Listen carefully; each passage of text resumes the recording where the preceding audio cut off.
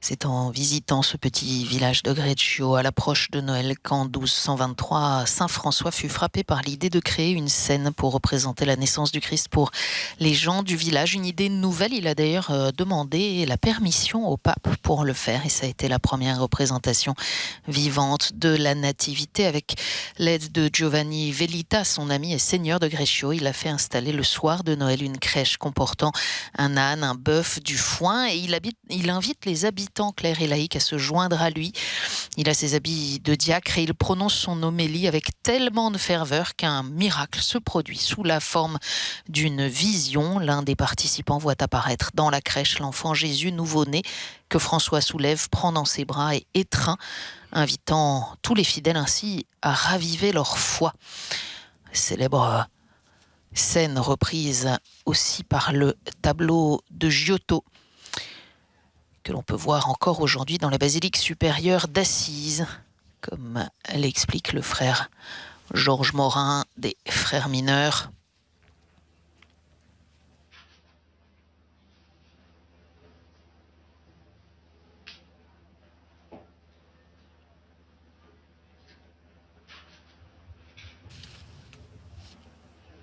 Le pape François qui est déjà venu à cet endroit en janvier 2016, c'était une visite privée et plutôt improvisé. Il avait passablement surpris les frères. Il était venu déjà avec Monseigneur Pompili, l'évêque de Rieti. Là, cette fois, les frères ont eu quelques jours pour organiser cet accueil, après que le pape François aura signé sa lettre apostolique Admirabile Signum sur le sens et l'importance de la crèche.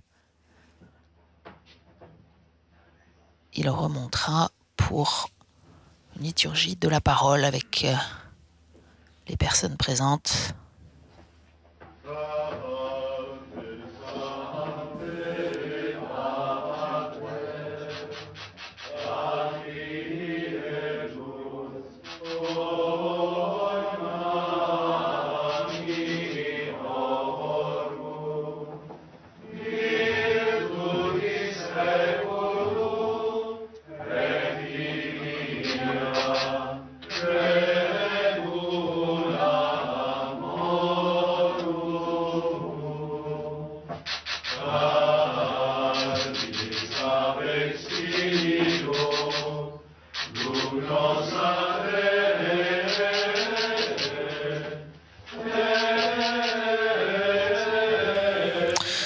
Ouais, cela nous donne déjà une partie du sens de cette lettre apostolique que de l'avoir ici présentée au pape pour la signature par Monseigneur Salvatore Fisichella. Il est le président du Conseil pontifical pour la nouvelle évangélisation.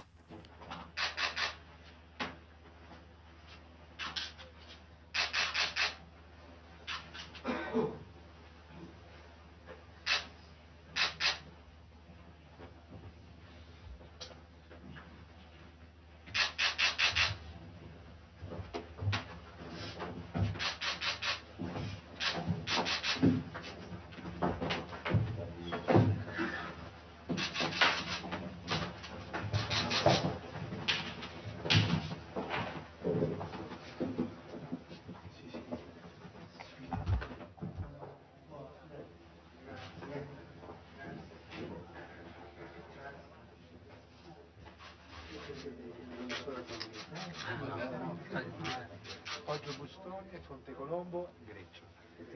Sì, è Gerusalemme. E Saruta. Per l'Asti. Sì. Al Montone.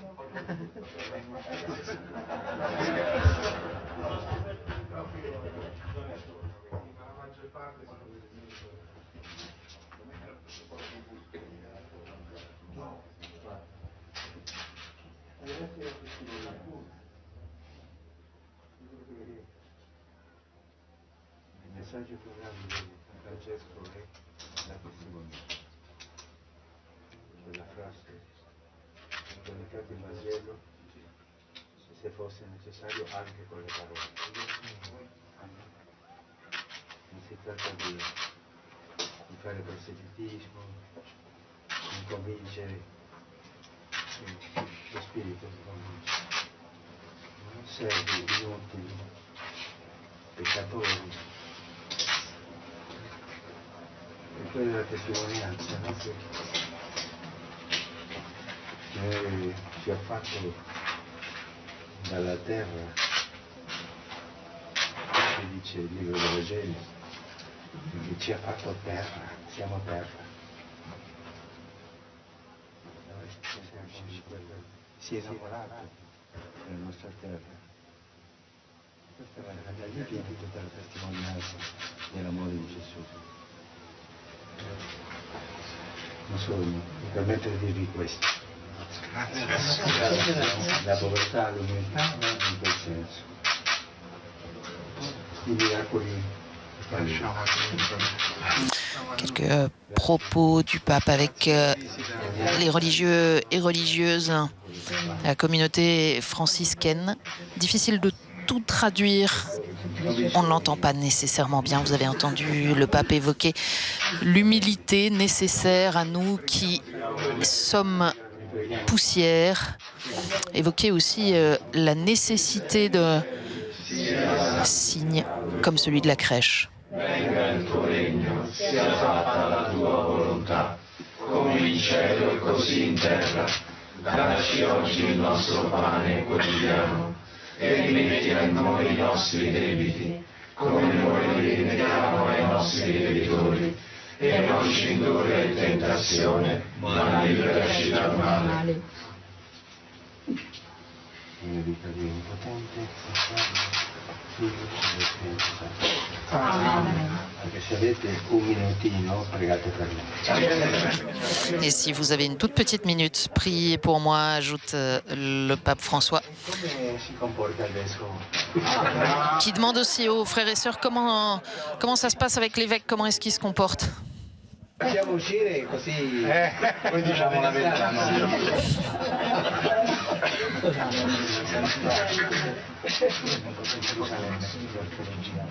È l'insegnamento che ho toccato la tomba, la roccia della tomba di Gesù quando è arrivato. Doveva essere il successore di Pietro, ma indegnamente. Davvero tu ci credi?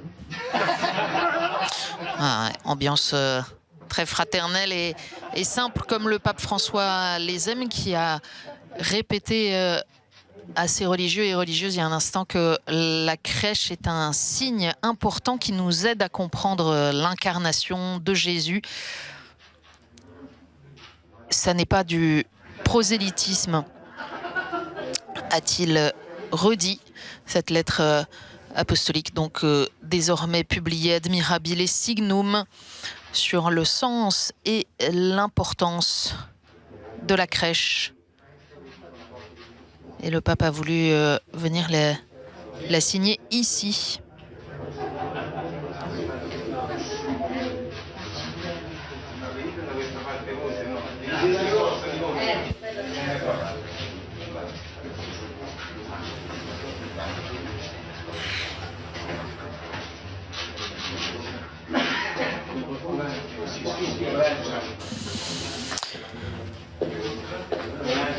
Une lettre apostolique qui commence par ces mots: je voudrais soutenir par cette lettre la belle tradition de nos familles qui, dans les jours qui précèdent Noël, préparent la crèche, tout comme la coutume de l'installer sur les lieux de travail, dans les écoles, les hôpitaux, les prisons, sur les places publiques.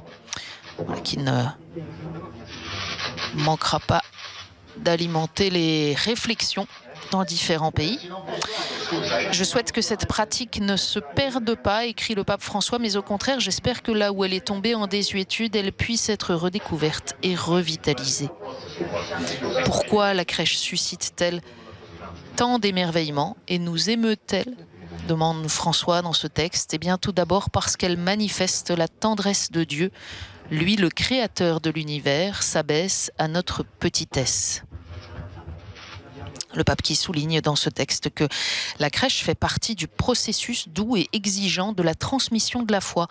Dès l'enfance et ensuite à chaque âge de la vie, elle nous apprend à contempler Jésus, à ressentir l'amour de Dieu pour nous, à vivre et à croire que Dieu est avec nous et que nous sommes avec lui, tous fils et frères, grâce à cet enfant qui est fils de Dieu et de la Vierge Marie, et à éprouver en cela le bonheur. Voilà, le texte est donc désormais disponible, signé depuis quelques instants dans cette grotte qui a abrité la première crèche organisée par Saint François.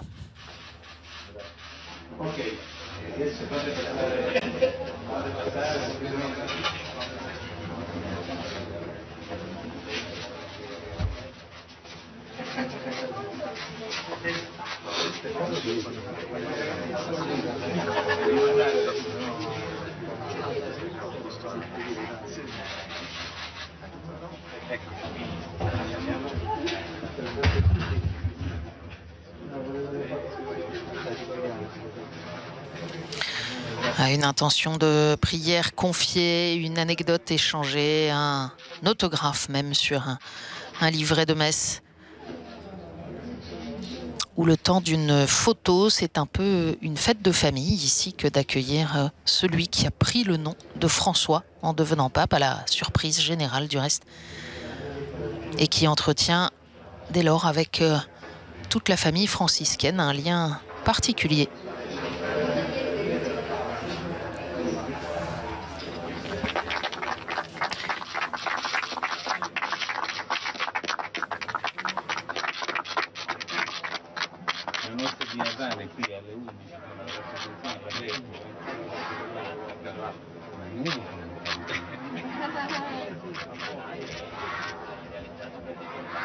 Le pape rencontre ceux qui perpétuent la tradition. Il faut savoir qu'à Greccio, depuis près de 8 siècles, les villageois perpétuent cette tradition de la crèche vivante le soir de Noël, avec évidemment le lien avec la communauté des franciscains qui habitent le sanctuaire Saint-François, ce couvent construit au-dessus de la grotte où avait eu lieu la toute première.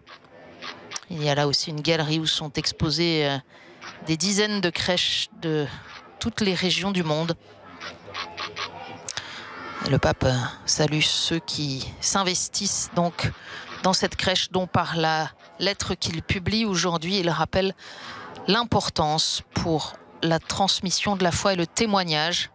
Cet évangile en images qu'est la crèche.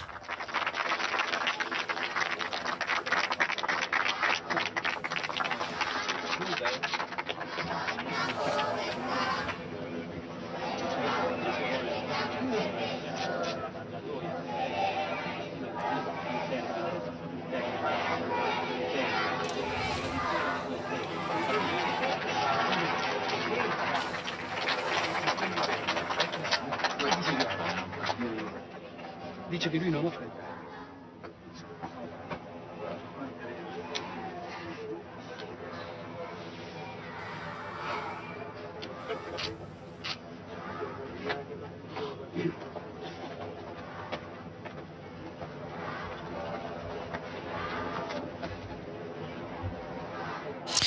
Ah, et le pape qui affronte bravement maintenant les escaliers.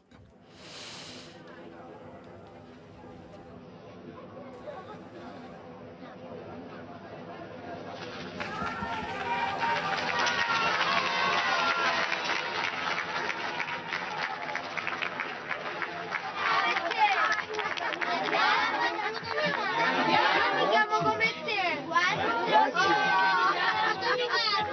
andiamo, poi te ne andiamo, amore, bello papà, andiamo, la mano di Madonna Povertà, prego la unione, chiediamo il permesso di concedere il suo processo, basta, prego la unione, chiediamo licenza.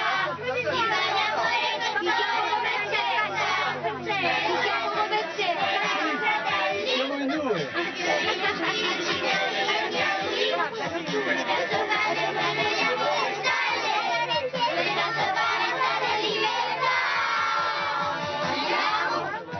Andiamo, nella strada siamo, andiamo, con i capi sciolti andiamo, come case degli indiani, chiediamo la mano di Madonna Povertà, canta, e uno chiediamo permesso, di possedere ma nessun possesso, prego la due, chiediamo licenza, di far l'amore con sole e pazienza, prego la tre per noi l'amore giocondo, fino ai confini dei confini del mondo, amorosa gente dei nostri pensieri, potendo fare strade libertà. Andiamo, quattro piedi siamo,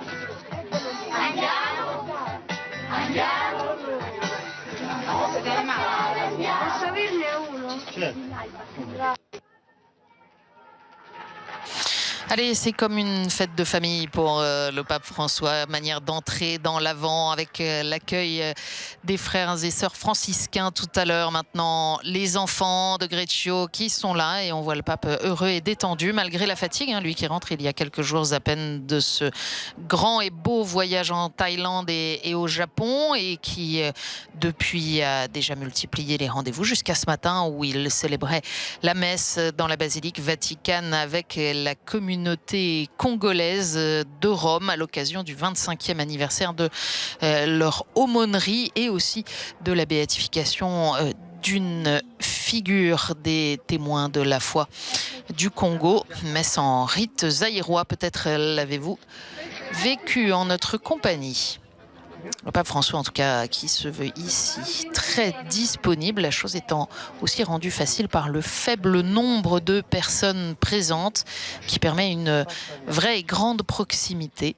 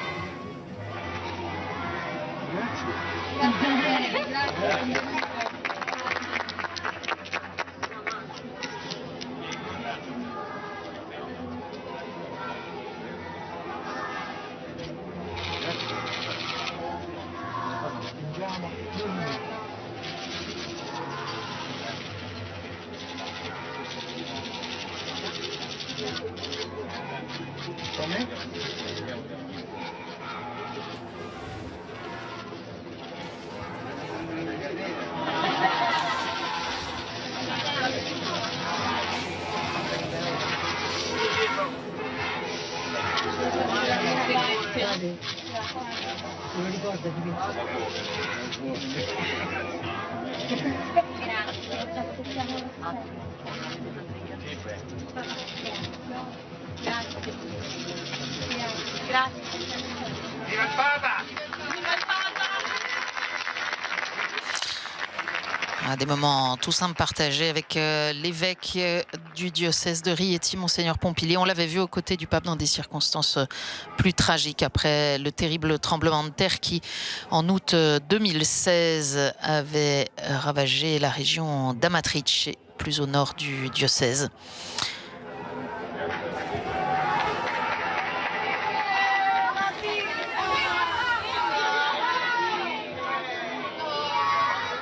Le pape va maintenant donc se rendre dans l'église pour un temps de célébration de la parole. Il devrait prononcer quelques mots avant de reprendre l'hélicoptère qui le ramènera au Vatican.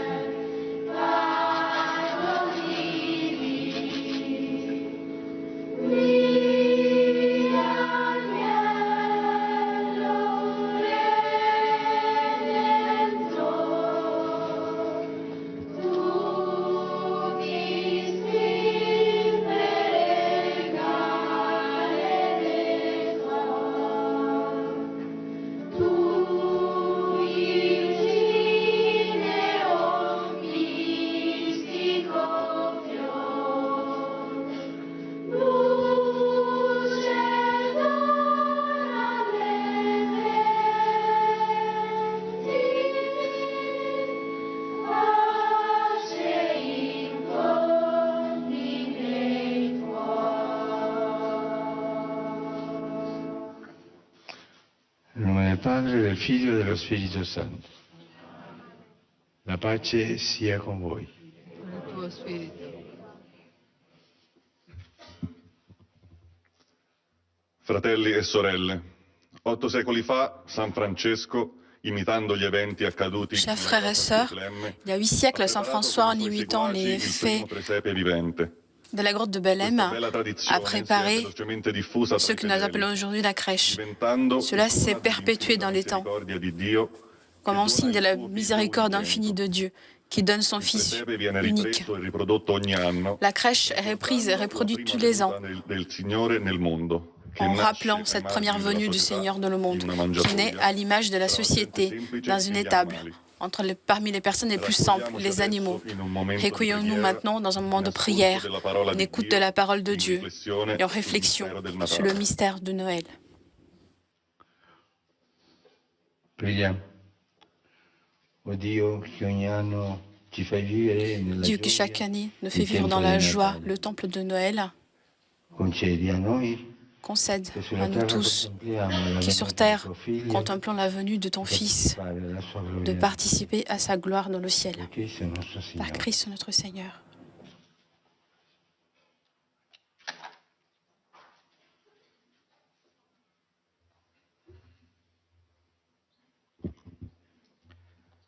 Ascoltate le parole dal Vangelo secondo Luca.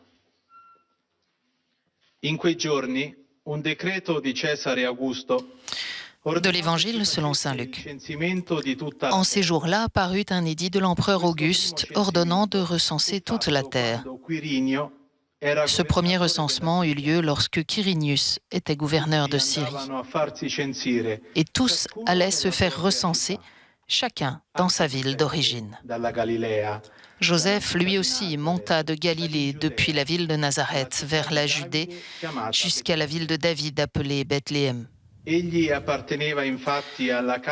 était en effet de la maison et de la lignée de David. Il venait se faire recenser avec Marie, qui lui avait été accordée en mariage et qui était enceinte. Or, pendant qu'ils étaient là, le temps où elle devait enfanter fut accompli, et elle mit au monde son fils premier-né. Elle l'emmaillota et le coucha dans une mangeoire, car il n'y avait pas de place pour eux dans la salle commune. Dans la même région, il y avait des bergers qui vivaient dehors et passaient la nuit dans les champs pour garder leurs troupeaux. L'ange du Seigneur se présenta devant eux et la gloire du Seigneur les enveloppa de sa lumière. Ils furent saisis d'une grande crainte. Alors l'ange leur dit : « Ne craignez pas, car voici que je vous annonce une bonne nouvelle qui sera une grande joie pour tout le peuple. Aujourd'hui, dans la ville de David, vous est né un Sauveur qui est le Christ, le Seigneur. Et voici le signe qui vous est donné. Vous trouverez un nouveau-né emmailloté et couché dans une mangeoire. » Et soudain, il y eut avec l'ange une troupe céleste innombrable qui louait Dieu en disant : « Gloire à Dieu au plus haut des cieux et paix sur la terre aux hommes qui l'aiment. »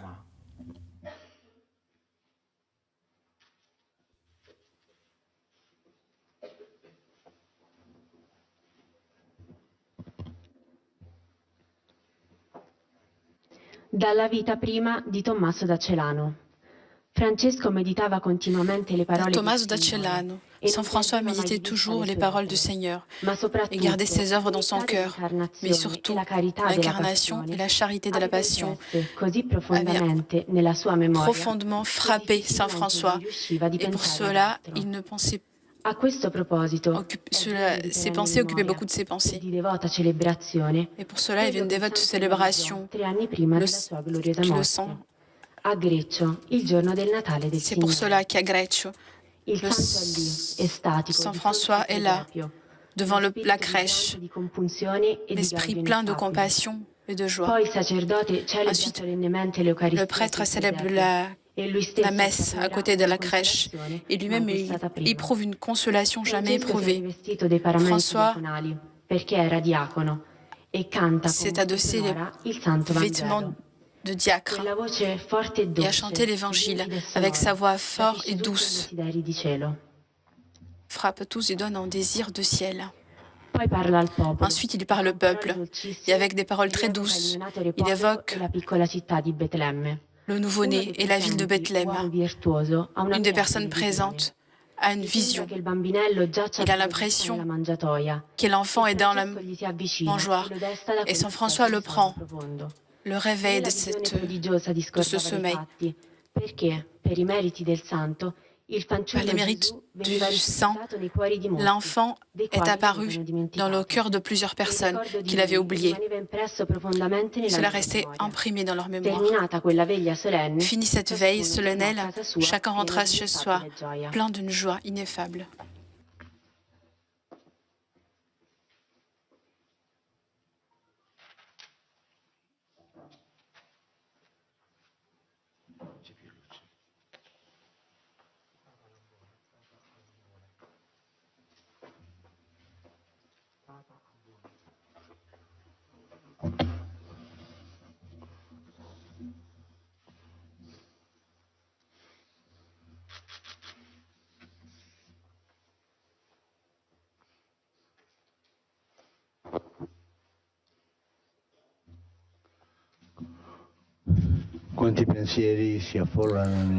Combien de pensées nous reviennent à l'esprit dans ce lieu saint. Toutefois, devant les pierres de ce mont très cher à Saint François, ce qui nous appelle au plus profond de nous-mêmes, c'est avant tout de redécouvrir la simplicité. la crèche, qui pour la première fois, François a réalisé justement ici, dans ce petit espace qui rappelle la grotte de Bethléem, parle par lui-même. Ici, on n'a pas besoin de multiplier les paroles, parce que la scène que nous avons devant les yeux, elle exprime la sagesse dont on a besoin pour cueillir l'essentiel. Devant la crèche, nous découvrons combien c'est important pour notre vie, si souvent frénétique, de prendre des moments de silence et de prière. Silence pour contempler la beauté de Jésus enfant, le Fils de Dieu, né dans la pauvreté de l'étable. La prière pour exprimer le remerciement devant ce don immense d'amour qui nous est fait. Dans ce signe simple et mirable de la crèche, que la piété populaire a accueilli et transmis de génération en génération, vient manifester le grand mystère de notre foi. Dieu nous aime à un tel point qu'il est capable de partager notre humanité et notre vie. Il ne nous laisse jamais seuls. Il nous accompagne avec sa présence cachée, mais pas invisible. En chaque circonstance, dans la joie comme dans la souffrance, il est l'Emmanuel, Dieu avec nous. Comme les pasteurs de Bethléem, accueillons cette invitation à aller à la grotte pour voir et reconnaître le signe que Dieu nous a donné. Alors notre cœur il sera rempli de joie et nous pourrons porter cette joie là où il y a la souffrance. Il sera rempli d'espérance, de partager avec ceux qui l'ont perdu.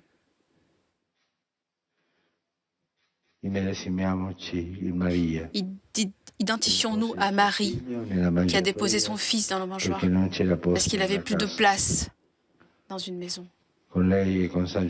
Avec elle et Saint Joseph, son époux, regardons le regard, retournons notre regard vers l'enfant Jésus.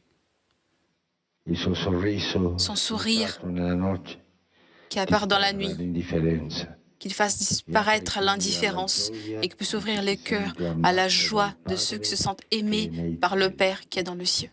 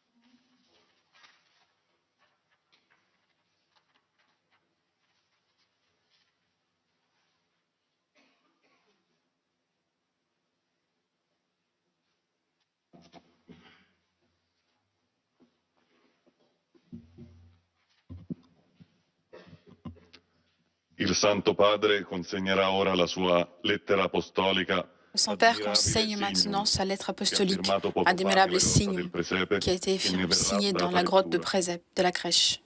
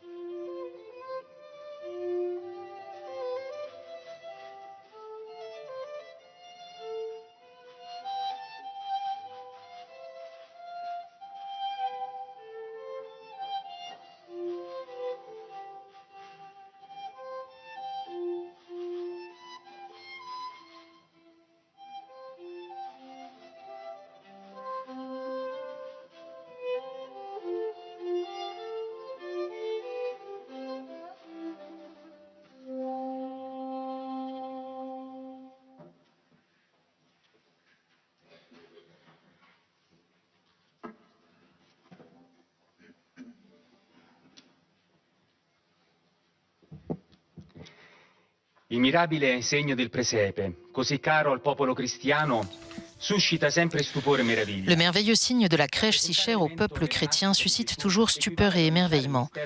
Représenter l'événement de la naissance de Jésus équivaut à annoncer le mystère de l'incarnation du Fils de Dieu avec simplicité et joie. La crèche, en effet, est comme un évangile vivant qui découle des pages de la Sainte Écriture. En contemplant la scène de Noël, nous sommes invités à nous mettre spirituellement en chemin, attirés par l'humilité de celui qui s'est fait homme pour rencontrer chaque homme. Et nous découvrons qu'il nous aime jusqu'au point de s'unir à nous pour que nous aussi puissions nous unir à lui. Par cette lettre, je voudrais soutenir la belle tradition de nos familles, qui dans les jours qui précèdent Noël préparent la crèche, tout comme la coutume de l'installer sur les lieux de travail, dans les écoles, les hôpitaux, les prisons, sur les places publiques. C'est vraiment un exercice d'imagination créative qui utilise les matériaux les plus variés pour créer de petits chefs-d'œuvre de beauté. On l'apprend dès notre enfance, quand papa et maman, ensemble avec les grands-parents, transmettent cette habitude joyeuse qui possède en soi une riche spiritualité populaire. Je souhaite que cette pratique ne se perde pas, mais au contraire, j'espère que là où elle est tombée en désuétude, elle puisse être redécouverte et revitalisée. L'origine de la crèche se trouve surtout dans certains détails évangéliques de la naissance de Jésus à Bethléem. L'évangéliste Luc dit simplement que Marie mit au monde son fils premier-né. Elle l'emmaillota et le coucha dans une mangeoire, car il n'y avait pas de place pour eux dans la salle commune. Jésus est couché dans une mangeoire, appelée en latin présepium, d'où la crèche, présepe en italien. En entrant dans ce monde, le Fils de Dieu est déposé à l'endroit où les animaux vont manger. La paille devient le premier berceau pour celui qui se révèle comme le pain descendu du ciel. C'est une symbolique que déjà saint Augustin, avec d'autres pères, avait saisie lorsqu'il écrivait « Allongé dans une mangeoire, il est devenu notre nourriture ». En réalité, la crèche contient plusieurs mystères de la vie de Jésus, de telle sorte qu'elle nous les rend plus proches dans notre vie quotidienne. Mais venons-en à l'origine de la crèche, telle que nous la comprenons. Retrouvons-nous en pensée à Greccio, dans la vallée de Rieti, où saint François s'arrêta, revenant probablement de Rome, le 29 novembre 1223, lorsqu'il avait reçu du pape Honorius III la confirmation de sa règle. Après son voyage en Terre Sainte, ces grottes lui rappelaient d'une manière particulière le paysage de Bethléem. Et il est possible que le Poverello ait été influencé à Rome par les mosaïques de la basilique de Sainte-Marie Majeure, représentant la naissance de Jésus, juste à côté de l'endroit où étaient conservés, selon une antique tradition, les fragments de la mangeoire. Les sources franciscaines racontent en détail ce qui s'est passé à Greccio. 15 jours avant Noël, François appela un homme du lieu nommé Jean et le supplia de l'aider à réaliser un vœu. Je voudrais représenter l'enfant né à Bethléem et voir, avec les yeux du corps, les souffrances dans lesquelles il s'est trouvé par manque du nécessaire pour un nouveau-né lorsqu'il était couché dans un berceau sur la paille entre le bœuf et l'âne. Dès qu'il l'eut écouté, l'ami fidèle alla immédiatement préparer à l'endroit indiqué tout le nécessaire, selon la volonté du saint. Le 25 décembre, de nombreux frères de divers endroits vinrent à Greccio, accompagnés d'hommes et de femmes provenant des fermes de la région, apportant fleurs et torches pour illuminer cette sainte nuit. Quand François arriva, il trouva la mangeoire avec la paille, le bœuf et l'âne. Les gens qui étaient accourus manifestèrent une joie indicible, jamais éprouvée auparavant devant la scène de Noël. Puis le prêtre sur la mangeoire célébra solennellement l'Eucharistie, montrant le lien entre l'incarnation du Fils de Dieu et l'Eucharistie. À cette occasion, à Greccio, il n'y a pas eu de santon. La crèche a été réalisée et vécue par les personnes présentes. C'est ainsi qu'est née notre tradition, tous autour de la grotte et plein de joie, sans aucune distance entre l'événement qui se déroule et ceux qui participent au mystère. Le premier biographe de saint François, Thomas de Celano, rappelle que s'ajouta cette nuit-là le don d'une vision merveilleuse à la scène touchante et simple. Une des personnes présentes vit, couché dans la mangeoire, l'enfant Jésus lui-même. De cette crèche de Noël 1223, chacun s'en retourna chez lui, plein d'une joie ineffable. San Francesco, no. Saint François, par la simplicité de ce signe, a réalisé une grande œuvre d'évangélisation. Son enseignement a pénétré le cœur des chrétiens et reste jusqu'à nos jours une manière authentique de proposer de nouveau la beauté de notre foi avec simplicité. Par ailleurs, l'endroit même où la première crèche a été réalisée exprime et suscite ces sentiments. Greccio est donc devenu un refuge pour l'âme qui se cache sur le rocher pour se laisser envelopper dans le silence. Pourquoi la crèche suscite-t-elle tant d'émerveillement et nous émeut-elle ? Tout d'abord parce qu'elle manifeste la tendresse de Dieu. Lui, le créateur de l'univers, s'abaisse à notre petitesse. Le don de la vie déjà mystérieux à chaque fois pour nous fascine encore plus quand nous voyons que celui qui est né de Marie est la source et le soutien de toute vie. En Jésus, le Père nous a donné un frère qui vient nous chercher quand nous sommes désorientés et que nous perdons notre direction. Un ami fidèle qui est toujours près de nous. Il nous a donné son Fils qui nous pardonne et nous relève du péché. Faire une crèche dans nos maisons nous aide à revivre l'histoire vécue à Bethléem. Bien sûr, les évangiles restent toujours la source qui nous permet de connaître et de méditer sur cet événement. Cependant, la représentation de ce dernier par la crèche nous aide à imaginer les scènes, stimule notre affection et nous invite à nous sentir impliqués dans l'histoire du salut, contemporain de l'événement qui est vivant et actuel dans les contextes historiques et culturels les plus variés. D'une manière particulière, depuis ses origines franciscaines, la crèche est une invitation à sentir et à toucher la pauvreté que le Fils de Dieu a choisie pour lui-même dans son incarnation. Elle est donc implicitement un appel à le suivre sur le chemin de l'humilité, de la pauvreté, du dépouillement, qui de la mangeoire de Bethléem conduit à la croix. C'est un appel à le rencontrer et à le servir avec miséricorde dans les frères et sœurs les plus nécessiteux.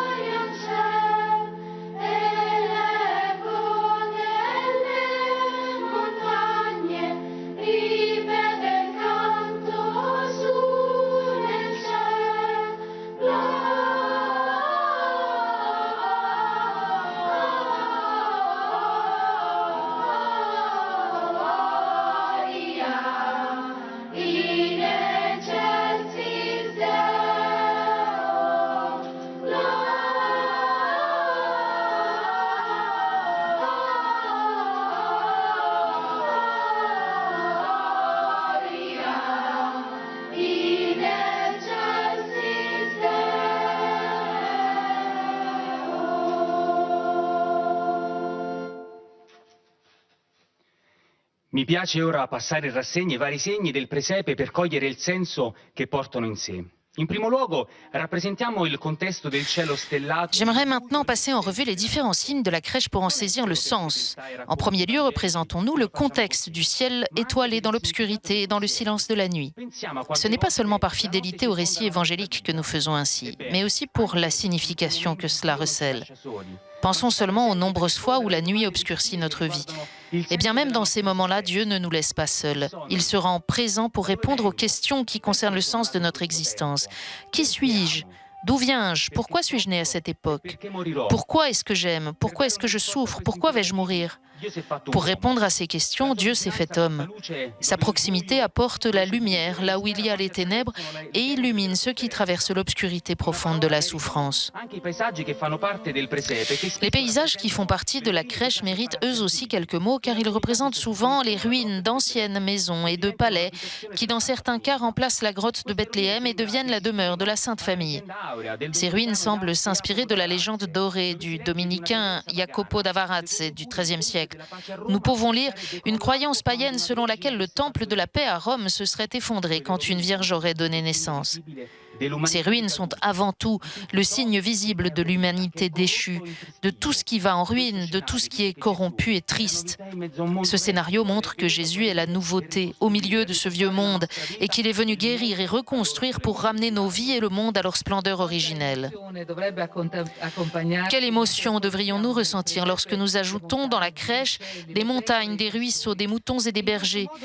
Nous nous souvenons ainsi, comme les prophètes l'avaient annoncé, que toute la création participe à la fête de la venue du Messie. Les anges et l'étoile de Bethléem sont le signe que nous sommes nous aussi appelés à nous mettre en route pour atteindre la grotte et adorer le Seigneur. Allons jusqu'à Bethléem pour voir ce qui est arrivé, l'événement que le Seigneur nous a fait connaître. Voilà ce que disent les bergers après l'annonce faite par les anges. C'est un très bel enseignement qui nous est donné dans la simplicité de sa description. Contrairement à tant de personnes occupées à faire mille choses, les bergers deviennent les premiers témoins de l'essentiel, c'est-à-dire du salut qui est donné. Ce sont les plus humbles et les plus pauvres qui savent accueillir l'événement de l'incarnation. À Dieu qui vient à notre rencontre dans l'enfant Jésus, les bergers répondent en se mettant en route vers lui pour une rencontre d'amour et d'étonnement reconnaissant. C'est précisément cette rencontre entre Dieu et ses enfants, grâce à Jésus, qui donne vie à notre religion, qui constitue sa beauté unique et qui transparaît de manière particulière à la crèche. Dans nos crèches, nous avons l'habitude de mettre de nombreux santons symboliques. Tout d'abord, ceux des mendiants et des personnes qui ne connaissent pas d'autre abondance que celle du cœur. Eux aussi sont proches de l'enfant Jésus à part entière, sans que personne ne puisse les expulser ou les éloigner du berceau improvisé, car ces pauvres qui l'entourent ne détonnent pas dans ce décor. Les pauvres, en effet, sont les privilégiés de ce mystère, et souvent les plus aptes à reconnaître la présence de Dieu parmi nous. Les pauvres et les simples dans la crèche rappellent que Dieu se fait homme pour ceux qui ressentent le plus le besoin de son amour et demandent sa proximité. Jésus, doux et humble de cœur, est né pauvre. Il a mené une vie simple pour nous apprendre à saisir l'essentiel et à en vivre. De la crèche émerge clairement le message que nous ne pouvons pas nous laisser tromper par la richesse et par tant de propositions éphémères de bonheur. Le palais d'Hérode est en quelque sorte fermé et sourd à l'annonce de la joie. En naissant dans la crèche, Dieu lui-même commence la seule véritable révolution qui donne espoir et dignité aux non-désirés, aux marginalisés, la révolution de l'amour, la révolution de la tendresse. De la crèche, Jésus a proclamé avec une douce puissance l'appel à partager avec les plus petits ce chemin vers un monde plus humain et plus fraternel où personne n'est exclu ni marginalisé.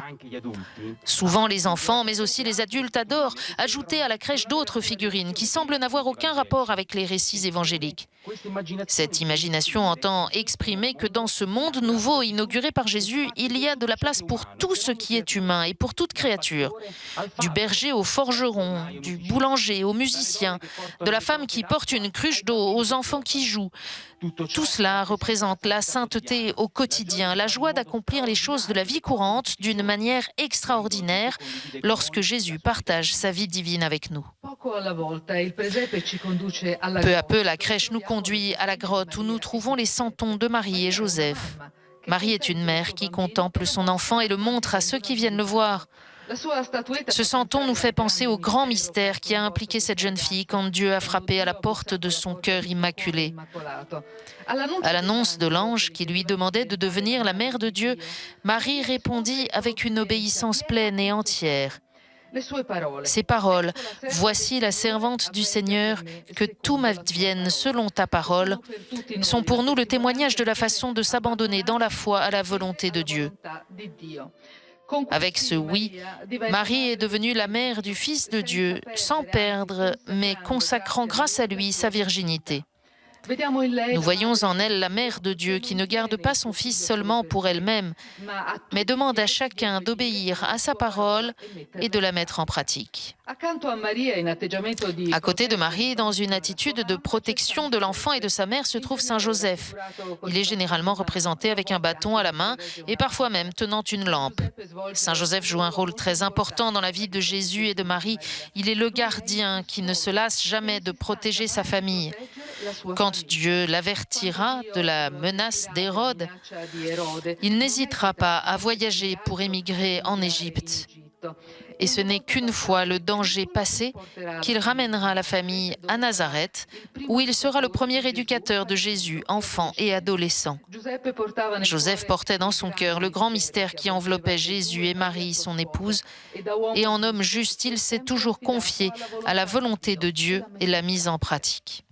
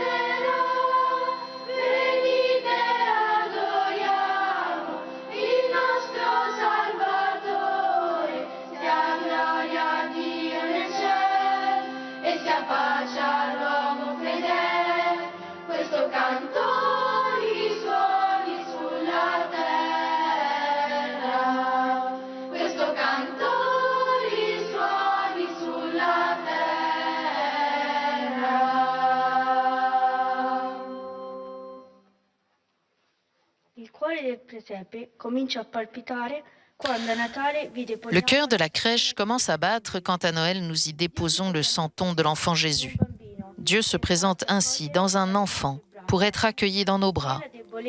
Dans la faiblesse et la fragilité se cache son pouvoir qui crée et transforme tout. Cela semble impossible, mais c'est pourtant ainsi. En Jésus, Dieu a été un enfant. Et c'est dans cette condition qu'il a voulu révéler la grandeur de son amour qui se manifeste dans un sourire et dans l'extension de ses mains tendues vers tous.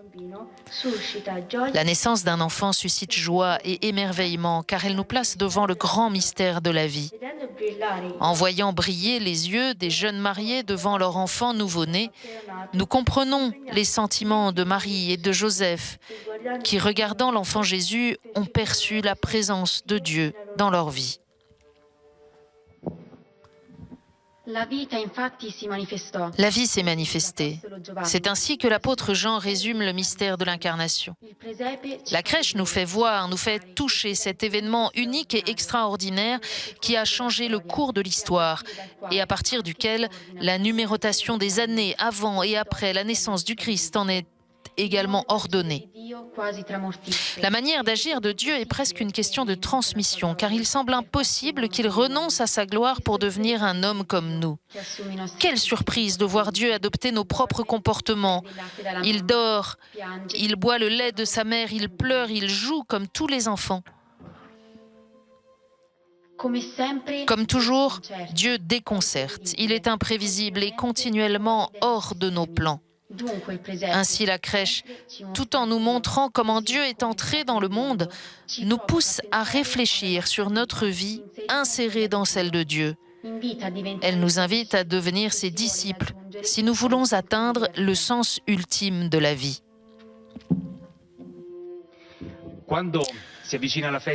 Lorsque s'approche la fête de l'Épiphanie, nous ajoutons dans la crèche les 3 santons des rois mages. Observant l'étoile, ces sages et riches seigneurs de l'Orient s'étaient mis en route vers Bethléem pour connaître Jésus et lui offrir comme présent de l'or, de l'encens et de la myrrhe. Ces dons ont aussi une signification allégorique. L'or veut honorer la royauté de Jésus, l'encens sa divinité, la myrrhe sa sainte humanité qui connaîtra la mort et la sépulture. En regardant la scène de la la crèche, nous sommes appelés à réfléchir sur la responsabilité de tout chrétien à être évangélisateur. Chacun de nous devient porteur de la bonne nouvelle pour ceux qu'il rencontre, témoignant par des actions concrètes de miséricorde de la joie d'avoir rencontré Jésus et son amour. Les mages nous enseignent qu'on peut partir de très loin pour rejoindre le Christ. Ce sont des hommes riches, des étrangers sages, assoiffés d'infini, qui entreprennent un long et dangereux voyage qui les a conduits jusqu'à Bethléem. Une grande joie les envahit devant l'enfant roi. Ils ne se laissent pas scandaliser par la pauvreté de l'environnement. Ils n'hésitent pas à se mettre à genoux et à l'adorer. Devant lui, ils comprennent que, tout comme Dieu règle avec une souveraine sagesse le mouvement des astres, ainsi guide-t-il le cours de l'histoire, abaissant les puissants et élevant les humbles. Et certainement que de retour dans leur pays, ils auront partagé cette rencontre surprenante avec le Messie, inaugurant le voyage de l'Évangile parmi les nations. Devant la crèche, notre esprit se rappelle volontiers notre enfance, quand nous attendions avec impatience le moment de pouvoir commencer à la mettre en place. Ces souvenirs nous poussent à prendre de plus en plus conscience du grand don qui nous a été fait par la transmission de la foi. Et en même temps, ils nous font sentir le devoir et la joie de faire participer nos enfants et nos petits-enfants à cette même expérience. La façon d'installer la mangeoire n'est pas importante. Elle peut toujours être la même ou être différente chaque année. Et ce qui compte, c'est que cela soit signifiant pour notre vie. Partout et sous différentes formes, la crèche parle de l'amour de Dieu. Le Dieu qui s'est fait enfant pour nous dire combien il est proche de chaque être humain, quelle que soit sa condition. Chers frères et sœurs, la crèche fait partie du processus doux et exigeant de la transmission de la foi. Dès l'enfance et ensuite à chaque âge de la vie, elle nous apprend à contempler Jésus, à ressentir l'amour de Dieu pour nous, à vivre et à croire que Dieu est avec nous et que nous sommes avec lui, tous fils et frères, grâce à cet enfant qui est fils de Dieu et de la Vierge Marie, et à éprouver en cela le bonheur. À l'école de Saint François, ouvrons notre cœur à cette grâce simple et laissons surgir de l'émerveillement une humble prière. Notre merci à Dieu qui a voulu tout partager avec nous afin de ne jamais nous laisser seuls.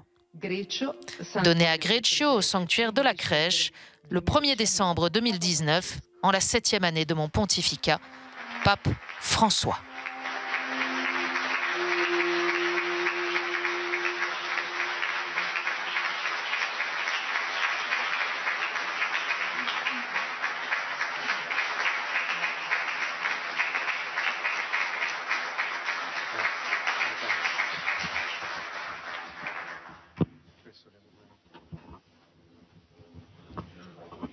Signore sia con voi, sia benedetto il nome del Signore, il nostro aiuto nel nome del Signore. Rivolga verso di voi il suo sguardo e vi dia pace. Vi benedica Dio Onnipotente, Padre, Figlio, Spirito Santo.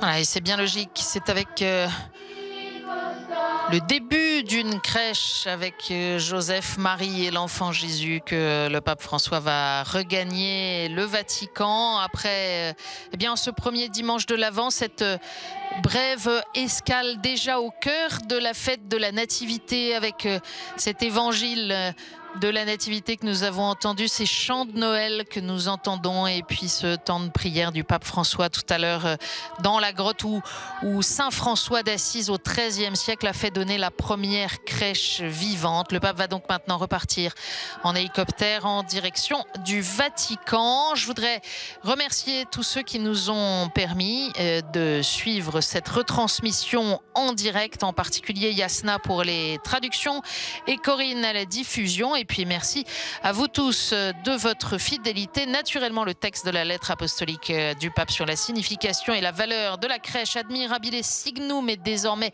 public. Vous pouvez le retrouver sur Internet et les programmes de la rédaction de KTO, en particulier le magazine à la source mardi prochain, ne manqueront pas d'y revenir. Merci à tous, très bon dimanche et très bon chemin durant tout ce temps de l'Avent vers la joie de Noël.